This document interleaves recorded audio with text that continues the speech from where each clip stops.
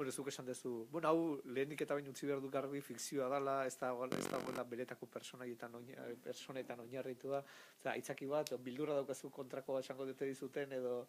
Ez da hori, ez da beldurrik, ez, baina, bueno, egia ala da, ez fikzioa da, esmatutakoa da, askotan idazleok realitatea egokitu egiten dugu, novelaren onerako, eta, bueno, argi utzi nahi nuen hori, ez dela zeren inor, ez da zeren ordezkari, ez isla, egia delako, bat ez horretik izaten dira.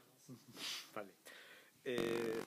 Beti bezala ez, askotan zure nobeletan gertatzen da, tramak ez duela pixu haudirik, hemen nik uste gehiago duela, eta hobeto lotua dagoela, tramaren ari guztia, baina personaiek badute indarra, ez da? Eta protagonista nagusia bizkartzaina bera da, Martin Goena.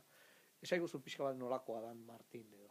Bai, bueno, Martin Goena lehen ez du daipatu, baina, bueno, bitxikeri moduan alaba bat dauka bilduko zinegotzia dena, ez? Berak ez du politika zer jakin nahi da hori, baina nolabait etaren zatorraren bizkartzen izatea, eta alaba bilduko zinegotzi izatea horrek ere nolabaiteko gutxienez tentsioa sortzen du. Eta argumentuan ere badu pixurik. Martin Goena tipo lasaia da, ez du arazorik nahi, asko izan ditu bere bizitza guztian, eta aldi berean bere zati batek, zati eskutu batek, edo emozioa nahi dut, eta zeu zer egin nahi dut, eta horregatik onartzen du gutxi gora bera. Horregatik eta, bueno, nolabait ezateko alabaren gatik ere, hori nobelan azaltzen da. Nobelan azaltzen da zerbait da. Bai, zein dien bizkartzainaren lehentasunak. Horixe. Izenburua bukaeran ulertzen da, ala uste dunik. Bizkartzainaren lehentasunek garrantzia handia dute nobelaren bukaeran. Martin Goena berez da personaia komplexu bat, ematen du simplea, gizon lasai bat, baina geruza asko ditu, eta bere bere nortasunak hainbat osagarri ditu, eta batzutan elkarrekin talka egiten dutenak.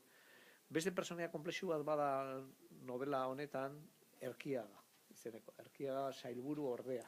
Bai, Erkiaga da, horretik esan dut lehen, inor ez dela zen ordezkari, ez zen isla. Erkiaga da, frankismoanetan egon zen gizon bat, gero polimilia izan zen, Euskadiko Ezkerra, eta gero PSOEn bukatu zuen, eta orain kargua dauka barne sailburuan, ez?